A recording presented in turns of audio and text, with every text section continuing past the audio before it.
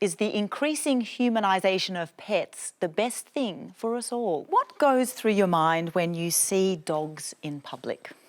I generally try and avoid them and stay as far away from them as possible because I just find dogs are really unpredictable. I just get really grossed out when they lick my toes or they jump on me or just touch me in general. It really just eeks me. You used to work at a big retailer. What would happen there? The business needed to make a decision and a policy to allow pets into the store, but there were conditions that the pet had to be on a leash or carried or in a trolley. And it really grossed me out because people would choose the baby capsule trolleys to put their dog in that were designed for human babies. And, yeah. Apart from feeling icky, does it ever make you sort of feel anxious? Oh, I definitely am afraid of dogs. Things happened when I was a child that I used to get chased by a dog that was allegedly got out. Just recently, within the last year or so, I was just chatting to a friend's neighbour and there was her baby German Shepherd, which is still a really big dog, just chatting outside on the street, and it was barking and barking at me, and the moment I stepped back, it ran towards me and jumped, and I just turned myself around and sort of just protected my front, and it literally managed to get up on my shoulders, and she grabbed him down and she was really apologetic, and she was like, oh, he's just playing. And I literally ran into the house and just cried and took off my top, and I had these like wolf marks down my back. So yeah, I would say there's anxiety and a fear now of them, yeah. Should dogs be allowed everywhere? Definitely service dogs and companion dogs. There's a need for those animals. So there's that fine line between a need and a want. Taking your pet to the local shopping centre or supermarket is a want, it's not a need. You were initially reluctant to share your views with us. Why is that? Word for word, my sister sent me a text message. As your family brand manager, I highly advise you to not go on this show. The whole of Australia will hate you. Really? Wow. Like in jest, but even tonight when I said, oh, I'm filming tonight, she's like, don't come crying to me afterwards. It's not a popular opinion to have. No, not at all. I'm never validated, except for with my friends that have pets. Sabrina, you and Catherine have been friends for more than 2 decades. Do you share her view on dogs? Not really. Because I've grown up with dogs. We have 3 dogs. So, yeah, there's Molly and our rescue dog that we adopted 5 months ago, Nala, and that's my mum's little dog, Alfie, who's living with us now because he has arthritis and he can't climb stairs. So I sort of see her point of view, but at the end of the day, like, I'm the person that would show everybody the dog photos. Did the dogs get preferential treatment over other family members? Yes. You have a daughter, Charlie. Charlie's actually here. Yes. Charlie, does Mum play favourites, do you think? Definitely. Does she? So where do you sit in the sort of pecking order? Oh, my preference, I always sit at the top. Always. Mum's preference? Molly's first, then Nala, our rescue, then Alfie, and preferably Dad. Sabrina, is that true? Yes. Yes. It is. Catherine, did Sabrina have dogs when you first met her? No, she didn't, because they were living in a unit. It wasn't until you guys moved into a home and I was like, oh, God. Would it have been a deal breaker if you'd known that Sabrina was a dog lover? No, not as... Are you sure? Not as a friend, but back in my dating app days, definitely if there was a profile that had a guy and a dog, or there were dog photos, I was just like, too hard basket, not even going to bother. Like, the man of my dreams could have been out there, and I just ditched him because, yeah, it was like, no, I'm just not going there. Sabrina, does owning dogs affect your friendship with Catherine in any way? No, because we've learnt to adhere to strong protocols. Wow. when Catherine comes to visit. We've just made sure that when she comes over, that the dogs don't jump on her, that we have to hold the dogs back. We eventually have to separate them into a different room, and we have to vacuum a lot. Yeah. Sabrina has taught me, so I feel safe around Molly. Nala's still a little bit of a firecracker, being a rescue dog, but definitely Molly I feel safe around, and that's because I've got friends like Sabrina and another friend that I sort of, like, I'll talk to the dog because they talk to their dogs like a human, and I'll say, hi Molly, okay, let's get through this. And so there is that element of anxiety, really minor though with Molly. Like, I'm not afraid she's going to bite me or anything like that, but I still, and I do pat her, but though with that side of my hand, I don't pat her with that side of my hand, and then I'll go wash my hands straight away. Gabriel, you've been scared of certain animals. How have you dealt with that fear? When I came to Australia, I came from Singapore, I traveled a lot, and I knew about spiders and snakes and, spiderwebs and so on. I decided to address my fear. So the first things I did, I got a spider, a big tarantula, and as a snake. The snake was just a carpet python, they called Houdini. And so what was to do is to take the spider and first keep it there, and then let coming out, and my stomach was going, oof, and then let go on my hand until I actually let even to go on my face and put it back. So now I can pick up the spiders around the house, and the snake is the same, and I start to play with the snake, let it go on my sofa and stuff, and it's totally fine. And when I find a snake in my garden, I know how snakes behave, so I can actually remove it. You've trained dogs, including police dogs. Blitz here is with you. It was a military, yeah. Do you take him out in public? Yes, so what you see here is not natural. It's only 8 months, so this is the most distressing, probably, situation for him. The only way why, service dogs are good as son, because they're exposed continually to situations. Dogs don't read books or so on, they learn by exposure. And so that the exposure is what makes the dog safe. The more the dogs stay in the backyard, inside the house, and no experience, the more dangerous in certain way the dog can become. I guess it's an interesting scenario because until, say, Blitz is exposed to the public things and situations, he doesn't know how to learn, so you're sort of in a bit of a catch-22 there. Absolutely. You've grown up with dogs. Yeah. What do they mean to you? Oh, everything. I think I live with dogs, I play with dogs, and it's part of a family, but is a dog.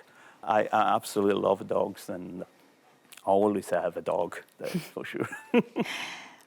Anna Pam, you've had your dog Nisha for more than a decade. Nisha couldn't join us here tonight. How would you describe your relationship with her? She is my entire family. She's my soulmate. She's everything that I live for. She's also my assistance dog, so she helps me with my anxiety. Everything about her is just perfect. You call yourself a dog mum. Yes. Why? I don't feel like I have a dog. I'm raising a dog. And you have that connection. It's like a 2-year-old child who's never going to grow up any more than that. So you're always around as their mother figure. So she's my superhero, but I'm definitely her mom, and it's my job to protect her. Would you choose dogs over children? 100%. I'm child-free by choice, and I've got 2 dogs, and that's my life, and they're my family. And why that choice for you? I feel like dogs just give you so much more. We talk about unconditional love, but it's unconditional love with all of their being, all of the time, and it's so pure and it's so innocent. You can't really compare that to anything that a human being's going to give to you.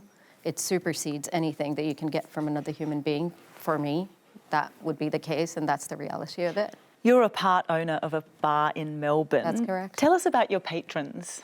My canine patrons, yes, they come in for barcaritas. Salt on the rim? Yeah. So you throw parties for dogs there? There are dog birthday parties. There are sick dogs that are, going to have their final goodbyes. So they have like a final wake almost. So we've had those as well. First birthdays, combined birthdays, adoptiversaries, you name it. They're allowed in the courtyard at the moment, but unfortunately, because of the legislation, we can't bring them inside like you can in Europe and all of North America and all of South America. So I feel that legislation needs to change so we can allow these dogs indoors. What are your views about restrictions on pets in venues like bars? It's a little bit too strict. I find most dogs behave a lot better than the humans at the bar. I mean, their concerns are dogs are going to get into a fight or they're going to soil everywhere and that is going to go on, but it doesn't. What we have noticed is very drunk people throwing up in the dog bowl. So if anything, we're seeing a lot of their reverse, and if you're going to be banning anyone based on their behavior, you'd be banning the people, which obviously we can't do. Sarah, should pets share our public spaces? They should be allowed to share public spaces, but in a carefully considered way. And I think there needs to be some rules and regulations around where dogs can be for the safety of children and other reasons. You grew up on a farm with many animals, including dogs. Do you have dogs in your home today? I don't have dogs in my home today. I have a cat and I love him very much. He's a big part of my family, so much so that, his photograph is above my bed with my 2 twins. He's in the middle. So he's part of the family. Why don't you have dogs? My toddlers are terrified of dogs. They will scream and become very hysterical if they see a dog. It's made me quite anxious about being in public with my twins in case we come across a dog. Why do you think they're so scared of dogs? I think it's because we had an incident with 2 greyhounds when they were 8 months old. I had put them in the pram and we were going for a walk in the local parklands, and these 2 greyhound dogs just bounded up at us really, really fast and knocked over the pram with my 8-month-old babies in it. It tipped upside down and then they were jumping like this on top of the pram and the babies were underneath. So I was screaming because I didn't know my babies were okay. One of the babies had slipped out from its straps and was on the gravel and had got damage to its face. And that was really terrifying for my babies and for me. And I think that maybe they remember that, or maybe it could also be that my fear from that incident has made them feel fear, perhaps unintentionally. When you're out and about and your kids are scared, how do pet owners respond to that? I've had mixed responses. Some are really lovely and they understand that my kids are scared, they can see it. Some have actually, like we were in the playground one day and my kids were playing on the slide and the swings and whatnot in the playground, and a dog bounded past and my kids got terrified and were screaming and they tried to climb me like I was a tree, and it was just the hardest thing to deal with. And then the dog owner just she snarled at me and she looked at me and glared at me and kind of looked me up and down and snarled at me and said, get control of your kids. And I was like, my kids are in a playground. They should feel safe in a playground. Gabrielle, you're from Italy and you've lived in other parts of Europe. Do we have enough pet-friendly public spaces here? No, really not. What we have dog parks, where probably is the worst place you can bring your dog for many reasons. It's where misbehaving is learned, there is no control. If we come here, things on. We don't have really space that can help the dogs to learn. Where I live, there are one dog park that's very distant. Elderly people that don't have a car cannot bring the dog there. And so it's very difficult, particularly for the elderly, if you cannot use transport or something like that. Often they remain stuck in the house with their dogs. Jennifer, as an urban design researcher, what have you learned about pets and transport? I did a big survey of dog owners in Sydney, about 1,500 of them, and I asked them lots of questions about the things that they do with their pets. And truth be told, I was expecting to get a heap of data on dog walking and so forth, but what I found really shocked me. We love to go places with our pets, and because in Sydney, we have really a prohibitive system around pets on public transport. If we want to go anywhere more than our pet or us can walk, we pretty much need to hop in our car. So I did find that there's about 2.4 million trips with dogs in Sydney every single week. And so I started to look, well, why is that the case? And realised that compared to Europe, North America, South America, even Melbourne, we are very restrictive about what we allow people to take on public transport in terms of pets. Well, could laws about pets on public transport be changing? Have you ever seen snakes on a plane, a walrus on the bus? How about a snail on the light rail? Maybe not, but you've probably seen a dog on the train. And if you haven't, you might be about to. Australia has one of the highest rates of pet ownership in the world. Nearly half of all households own a dog and a third own a cat. Dogs are generally allowed in outdoor dining areas at pubs, cafes and restaurants, but when it comes to public transport, state laws vary significantly. Victoria has some of the most relaxed laws, so it's not uncommon to see dogs on your morning commute. New South Wales is far more strict. Certain pets are allowed on light rail, buses and ferries, but only at driver discretion. Pets are not allowed on trains at all. Recognised service animals are permitted on public transport in all states. But there is growing support for broader acceptance of pets in our public spaces. Soon, domestic pet-friendly flights will see certain cats, dogs and other cabin-friendly creatures able to join their owners in the air. Critics say we're becoming too pet-friendly, citing allergies, phobias, past trauma and hygiene as reasons for not wanting to run into your pug in public. On the other paw, advocates argue pets improve your quality of life. A recent study found pets can boost your well-being as much as being married or regularly seeing friends or relatives. Jennifer, why is Victoria more relaxed than New South Wales when it comes to pets on public transport? Victoria is further ahead than New South Wales in terms of trying to make their public transport system more equitable. In Sydney, we sort of have this idea that public transport is very much about the journey to work, whereas I think in Melbourne they're trying to open it up. They're trying to make sure you can use public transport if you're travelling with children and if you need to travel with your dog. It remains a mystery to me why we're still sort of stuck in the 80s in Sydney and not kind of responding to global trends to allow dogs on public transport. Are we likely to see more pet travel options here in future?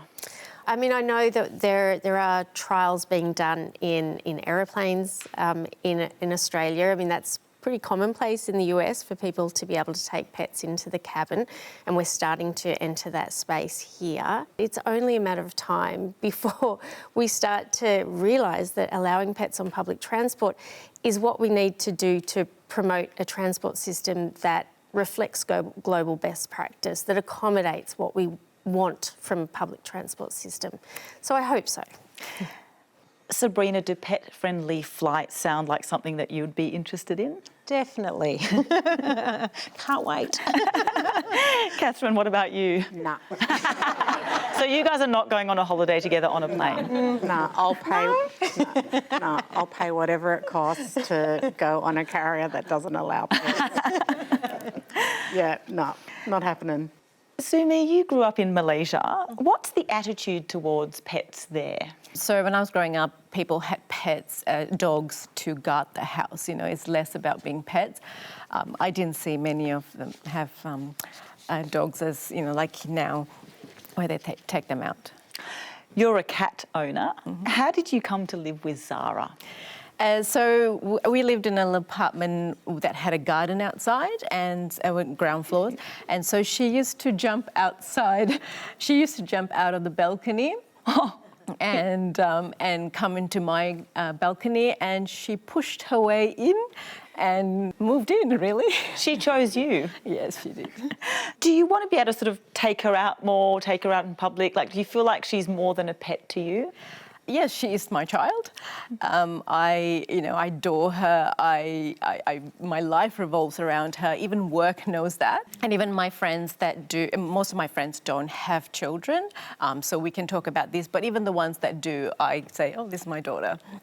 And yes, I do want to take her out a little bit more because she is so adventurous and she has a lot of energy. Sometimes being inside an apartment isn't enough because she runs around a lot. So I have started training her to walk on a leash very slowly, but cats can get scared easily. And so about a few weeks ago, I took her out and the sound of a car driving by freaked her out. So it took us a few steps back. You describe Zara as your child. How does your family feel about that? I might be considered a little bit of a crazy cat lady, I don't know. I chose not to have children as well. And I'm quite proud of it, but there's still an expectation, of course, as a female, that I should one day have children. Chris, you flew here with your dog Lockie. He's allowed to fly with you. Why is that? Lockie's a registered assistance animal, and so he comes everywhere with me. You can see there he's grounding me in the air, and so we travel quite a lot. So he can legally be in a plane with you? Yes, that's right. And when you say grounding you, what is he doing there? So I come from a trauma background, and anxiety can be very, very high in certain situations. And so he is regulating me. That's a thing he kind of does. And I also work him in clinical practice, and often people will say to me, he's just staring at you, not blinking. And I'm like, that's his thing. So it's a way of him getting my attention back to him, which distracts me from some of the thoughts that I'd prefer not to have. So he senses when you might be feeling uncomfortable? Yes, 100%. What training does Lockie have? So as a former guide dog, it's 0 to 3 years roughly, and so once that happens, he goes into consolidation period. And unfortunately for him, during that consolidation period, he decided a harness wasn't his thing. And they're one of the cardinal rules. If they don't like the harness, then they need to be reclassified. And so subsequently he was reclassified to me. They generally come fully delivered, but what you can do is then work with them to have them pick up on certain cues. So for example, if I'm interacting with people, he will actually hear some keywords in what I'm saying and understand. He will do certain things, and that actually breaks the narrative. And people often go, oh, I think your dog wants your attention. It's like, yes, he actually thinks it's time for us to go, or we need to do this, or we need to do that. And so people actually understand that as well. It's an easy way of integrating the dog into everyday life. Is there anywhere he can't go? Yes. I work in a clinical system, in a healthcare system in hospitals. So generally it's places like open theatres, anywhere where food is being prepared, places like a mortuary, or wherever there's been a newborn child without any immunity. And so those places, he will stay outside. Who decides where service animals can go? There is legislation around this, and it is a bit grey, and I think this is where the difficulties come into play here. So there's Commonwealth legislation around discrimination and animals that assist people in all walks of life for all sorts of reasons. And so basically that allows at a top level for people not to be discriminated against. It's very positive. But there are state and territory based pieces of legislation that go around talking about what the animal is required to have in order to be in a public place. And so that can be quite a lot of training around hygiene, can be around obedience, control, what it actually does and its purpose as well. Today, a lot more animals are trained to assist us. Should they all be able to go wherever their humans go? It is very tricky. Part of the reason why we do have service animals is because there is an innate way to assist people with disabilities, with medical conditions, with all sorts of conditions where animals have a legitimate place there. The problem then arises when it becomes a safety issue or it becomes an unknown. And so for me as a handler, I have to always be on top of what's happening with myself and the dog. because I've got an obligation to protect the dog and I also have an obligation to work the dog, I am fairly confident that he's not going to be an issue, and I can put my bottom dollar that he won't be an issue in most places. Samantha, you're here with Toto. Hi, Toto. How does she help you? She's my support animal, so I got her as a puppy, as a rescue litter. To summarise my life in under 2 minutes. I didn't have the easiest time in high school, and there was a lot of bullying and far worse. So I got diagnosed with generalised anxiety and PTSD, and I've only found out very recently that I'm on the spectrum. So it's a whole thing. So how does Toto help you? I got her about 8.5 years ago now, and I wasn't fully prepared for how she impacted me. Like, I was just suddenly leaving the house every day because you have to when you have a dog. And the journey with her has, in summation, been one of healing, and it's allowed me to sort of get out into the world again and become part of society again and become a functioning person again.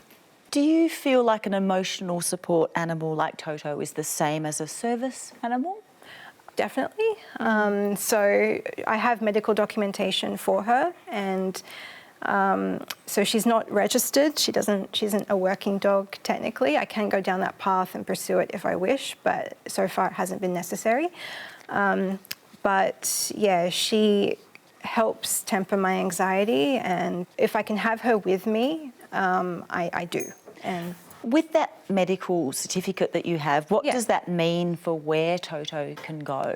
I'm very conscious of the fact that other people might not be comfortable with her in places that have fresh food and that sort of thing. So I always try to be aware of my surroundings. I do think dog owners have a responsibility in that sense, just to be aware.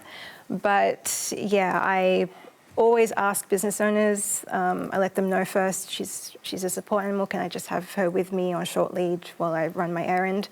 And most of the time they're okay with that. I don't take her to work with me only because it's not secure. Like, she could go running out into the street and get hit by a bus, so it's just not practical. But I can take her with me into places of business and my medical appointments and whatever else, and there's no issue. Have there been negative reactions? I remember once my local IGA, I had already organised with the manager because there was nowhere secure to leave her, just to have her with me, you know, from running in to grab something. And this man just starts screaming abuse at me at the top of his lungs and saying that, you know, I had no right to bring my dog into like a place where there's food. And I'm trying to explain, she's a support animal, she's got a medical letter, the manager's okay with it. But he was accusing me of being just another woman with a dog who, you know, uses it as a fashion accessory. You rely on Toto to help with your anxiety. Others can experience anxiety around animals. How do you kind of weigh that up? I find communication solves everything, you know. It's just, I have had people who are afraid of dogs, and there's enough space out there that I think, you know, the people who are afraid and the people who have their animals with them can both navigate public spaces and avoid each other. If someone tells me they're afraid of Toto, I do assure them. I just say, yep, she's, you know, support animal. But I also let them know that I'll keep her on a short lead. You don't need to worry, she's not going to jump up on you. Chris, what do you think? Do your needs trump those of others if they say they have anxiety around animals? I'm aware of the spaces I go with my dog, and that my first thoughts are really for others. People may not like dogs. In fact, when I was coming here, I had to get one of the supervisors for the taxi company to come over because the taxi driver refused to take us. And so his response was, I'm scared of dogs. I don't like dogs.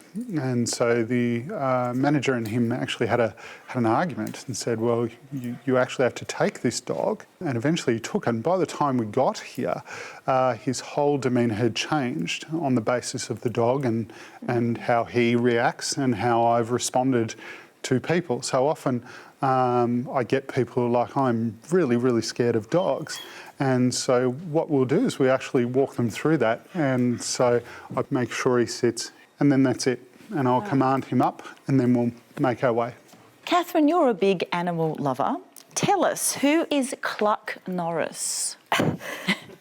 Cluck Norris is my daughter's chicken. It's her support chicken. Well, let's meet Cluck.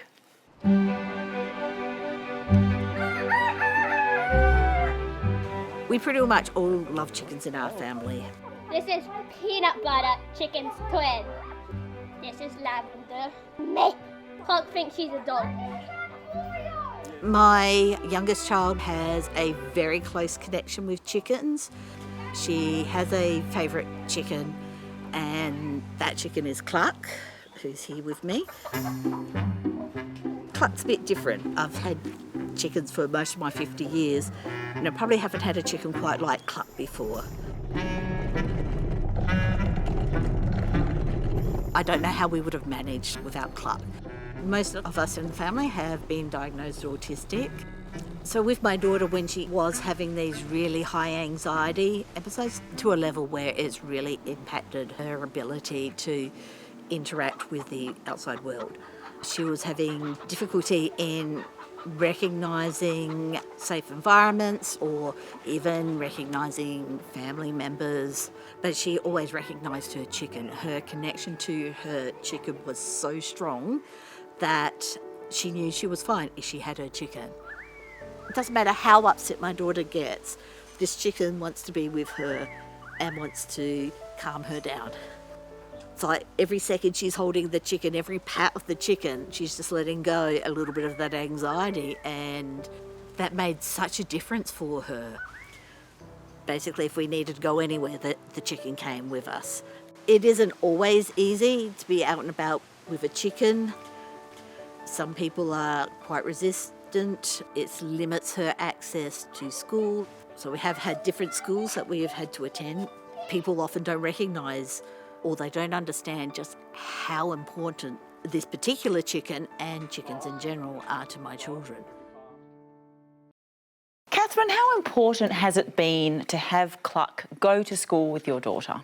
It's the difference between my daughter attending school and not attending school. She'd been out of school for 2 years just due to the anxiety, and we didn't know what we were going to do. But Cluck showed us how much she can help my daughter.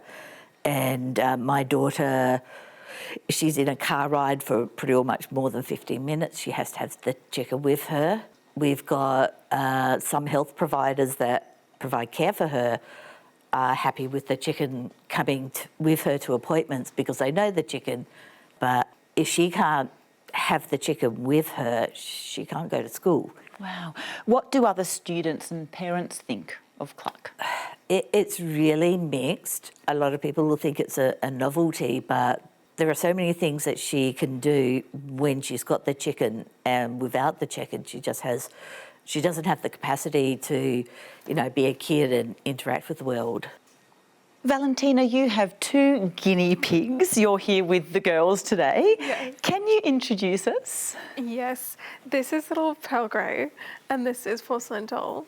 How much do they mean to you? They look beautifully looked after. Thank you. It's impossible to even describe how much they mean to me because it makes me I'm getting emotional even just discussing it because they're just I'm a bit obsessed with them, obviously. Sounds like they mean the world to you. Yes. Why are they so important to you? I mean, I got them when I was feeling a little bit depressed, and I'd had guinea pigs when I was younger, but I just had never expected how much I would love them. It's just beyond what I could have imagined. Do you take them everywhere with you? I honestly wish that I could. I try to take them a lot of places because they are quite patient, but they do get a bit stressed if I was to take them everywhere. You call your aesthetic rodent core. What is that? I guess rodent core refers to anyone that looks like a rodent, likes rodents, or is a rodent, and looks good doing it. It's reclaiming the word because people on Instagram and things like to say it's just a rodent. Oh. So I like to reclaim. the word. You post rodent core content on social media. Let's have a look. Me and my guinea pigs are always twinning. I love it. I almost immediately started to match their style to mine because their lovely long hair was just such an inspiration to me. They are the most iconic little diva princesses that were just born to model. Do Pearl Grey and Porcelain Doll enjoy the pampering, do you think? I hope that they do. I mean, I feel like they do because they never complain. And I feel like they know that they look good. Like when I do their hair, I feel like they can tell. How does your audience respond to your clips? Overwhelmingly positively. I think that like every single comment that says this video just made my day, like makes my day just as much. Do you get any criticism for sort of humanising them, doing their hair, putting bows on, putting clothes on? Sometimes, yes. I think that people think that it's like too much or that they don't enjoy it. But I think that that's another thing that's misunderstood is that like they are a long-haired breed, which is a show breed. They're like very used to their hair being done, and I think that they don't mind at all. But I mean, like any criticism is so outweighed by the positive, and either way, I don't think that the girls really mind. I don't think they care what people think. And it sounds like you don't either. No. And you're a senior lecturer in veterinary science and a pet ethicist. Is it okay to humanise our animal companions? I think that what we really need to focus on is what they need and what they want. And sometimes that does coincide with what we want too, and sometimes it doesn't. So it's really important to think about the world from their point of view, insofar as we can. I mean, we're limited in our imaginations in that we're only human, but I think it's really, really important to think about what is it that this animal, whether they're a guinea pig or a dog or a cat or a chicken called Cluck Norris, what is it that they really need? Guinea pigs, for example, live for each other. They're herd animals, and they love more than anything else being with each other. And as long as their world is full of opportunities where they can do those species-specific natural things, they're going to be happy, they're going to thrive. Are there any risks to too much humanisation? Yes, I think that we can put animals in situations where they're really uncomfortable and distressed. I think that sometimes that we expect animals to live in a world designed for humans and we don't give them what they need to succeed. We create false expectations and they can be very disappointed. From an ethics perspective, and as a loving cat owner, is it fair for us even to own pets? So I don't think of it like ownership, although legally it is. In Australia, legally animals are a kind of property. I really think of it as a form of guardianship. When we are taking an animal into our home, it's like we're sort of mini zookeepers. We're keeping that animal in captivity, and therefore we have this incredible responsibility to provide for them, make sure that they're safe, protect them, and make sure we meet their needs as much as possible. Chris, you have a service dog. Can you be certain that Lockie has a happy life? I think he is one happy dog. I can also say that when we're not working, there are times where he will tell me I need to work. So this particular dog works roughly 6 days a week, and so even though I may choose to be at home with the family and do nothing and have a lazy weekend, this dog's ready and raring to go. So there are some times where we do actually have to take the dog out, simply to a mall or just to go shopping or something like that, so he can get that work in, because they're just so driven. Anupam, you're also a vet. Should we stop humanising our pets? I think when people use the term humanizing, what they're basically saying is we're recognizing them as sentient beings.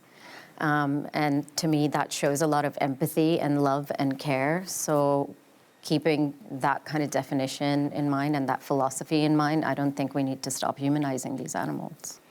And have our views changed on pets over time?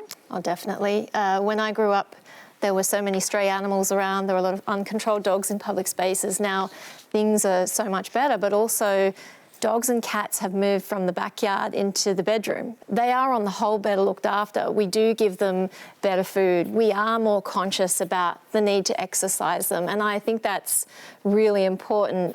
Also, I agree. I think that we talk about anthropomorphism, which is a fancy word for humanising, I guess, and I'm definitely not against that. I think that when we think about animals as thinking, feeling beings that have their own emotional needs, then that's a very valuable thing. Recent data shows that we're increasingly choosing pets over children. Does that surprise you? No. Children are complex creatures and they're pretty hard work. And I guess that they're not for everyone. I think that animals aren't necessarily a substitute. They're different. They have different needs. They're special in their own way. So I don't think that having an animal is going to fulfill a need to have a human child or vice versa. Most people have seen the movie Dr. Dolittle. That's pretty much what I do for a living. I'm a professional animal communicator. Every animal on the planet uses telepathy to communicate. Hello, how you doing? Good to see you again. I first reached out to Caroline about 20 years ago because my cat was behaving strangely and he was peeing in the house. She had a chat with him and it was his teeth. What's going on with young Reg today? Hello, darling. A bit sore. Whereabouts? In there? I asked Caroline to check in on Reggie. We just wanted to know how he was emotionally. I have done animal communication with Reggie before. Where? In there? Oh, you are a bit stiff. I know, it's a bit awkward there, isn't it? A bit up close and personal. Sorry, dude. In that first session with Reggie, he actually told her when my stepson Will would be back from overseas. That blew me away because we had no idea. And of course he was spot on. So where's he usually hang out? Somewhere around here. It's a bird that has been coming to our house for the last 3 to 4 years. Oh, Bo, we're far up now. Hello, Bo. And today I'd really like to find out a little bit more about what's going on with him. Joys of working with wildlife. Come on. Come on, Bo. If Bo's not here when Caroline's here with us, she can just look at a photograph of him and just communicate with him. I keep being shown celery and broccoli. Broccoli. I tried him on some broccoli the other day. Distance makes no difference. I've got the photo and it's literally a three-way conversation between the client, myself and the animal. I'm literally just a translator. Caroline told me that Bo said I've got inflammation in my shoulders and that blew me away. Using an animal communicator like Caroline's really given me a peace of mind. I just need to know how they are, that they're well and they're happy. Caroline, you described yourself as an animal communicator. That's right. Are they talking back to you or are you just sensing what they're feeling and thinking? It's telepathy. We all do it. You think of someone, think, oh, damn, I really should ring them, and the phone rings and it's them. That's telepathy. We all do it. Every animal on the planet communicates. Earlier, I believe you spoke with some of our animal guests. Did they tell you anything interesting? Yeah, one of it was the guinea pigs were talking about comments on Instagram. Were they? What were they saying? You'll remember better than I will. That people call them mops. Mops? Mops, that they look like little mops because of their hair. But I didn't know that they would have known that. Were you surprised to hear that, Valentina? I was. I just didn't expect that they would have known. And when you hear that, do you feel like it's maybe the guinea pigs have said that? I mean, I would like to think so. I hope so. I hope that they can communicate because I feel like I already communicate with them, so I hope so. Caroline, how much would a client pay for a session just like the one we heard just then? $90 for half an hour or $180 for the hour. Valentina, would it be something that you would consider? Definitely I would. I was a bit scared. I wanted to know whether they liked me. Oh, did you? Because I feel like part of the reason why they're so calm with me doing their hair and everything is because we've built a good relationship. So I was glad to know that they didn't not like me. Yes. Yeah, I can imagine that. You're worried that they might say, oh, I'm not sure I like this. Yes, exactly. Yeah. Caroline, did the guinea pigs say anything like that? No, they're very happy? content, yeah. That's good to hear. That's good. Sumi, knowing how much you love Zara, would you tap into some services like that? I actually had called a friend who is an animal behaviourist. Oh, really? For some help. Yeah, for a while I wasn't sure how she was acting. But I think I have now learned to be a bit more in tune with her, so I think I can understand her now. Okay. Caroline, you compare yourself to Dr. Dolittle. How do others react when they hear that? These days, very positively. When I started out was pre-internet, and anyone that said back in those days, oh, I believe completely in what you do, I ran screaming down the road. Oh, really? Yeah, I was a vet nurse to start with, and talk about the greatest sceptics are the greatest converts. If you told me years ago I was doing this, I would have said, there's a lovely little place down there with a white padded cell, off you go. But you're different now. Yeah, totally. And you're a vet. Are you familiar with the work of animal communicators? Yes. From time to time, clients will tell me that they have sent a photo to an animal communicator online. I had one come to my house because I am sceptical about it. And so she said, I'll come over and communicate with your animals. And I had a mouse at the time, and she told me that the mouse told her that he wanted cheese. I felt that was more stereotyping than animal communication. So I must say I remain sceptical. Why do you think some of us do want services like that? Oh, look, we all desperately want to know what animals want. As a veterinarian, I would love to ask my patients, what did you eat? How much? You know, but I do understand we all would love to communicate directly with animals and hear them tell us that they love us. It would be so reassuring. Anna Pam, you run a vet practice focusing on end-of-life care for pets. Mm-hmm. What does that involve? I started the veterinary hospice and palliative care service about 18 months ago in Melbourne with the view that I go to their homes and we look at not just the disease at hand, but everything about the patient from nose to tail, but more importantly, empower the client with all the information that they need and assist them in making all the right decisions and look after their pets just like you would a sick family member. You describe your dog Nisha as your soulmate. Yes. Do you have plans for her when she dies? Oh, boy. That's such a hard question. For her, I know she will be cremated, and I know I'll have a memorial at home in her honor. For myself, I will not be okay. I'll break. And my friends are very aware of that. So they know that when that day comes, that they will need to put me in hospital. Really? Yeah, I will not cope. Do you believe there's a difference between the grief we feel for our pets and the grief, say, of losing a human that we're close to? I don't think there's a difference between the grief that we feel because the love that we have for our pets is so profound and so deep that the grief is equally hurtful. And in some ways, it hurts more when you lose an animal because that bond is so pure. Catherine, your whole family loves chickens, especially Cluck, who helps support your daughter with her autism. Have you made plans for when Cluck dies? My daughter has. The breed that Cluck is, she's a Polish chicken, they live about 8 to 10 years, and Cluck's 3.5 now. And so last year my daughter approached me and said, look, one day Cluck's going to die and I can't be without a chicken to support me. And she asked if we could get some chicks. She wanted to train some new ones while she still had Cluck around, so they could learn from Cluck, but also she knows that she won't cope with losing Cluck unless she has another chicken to support her. So you've got like a second chicken now? She's in the process of training a second chicken, yes. Okay.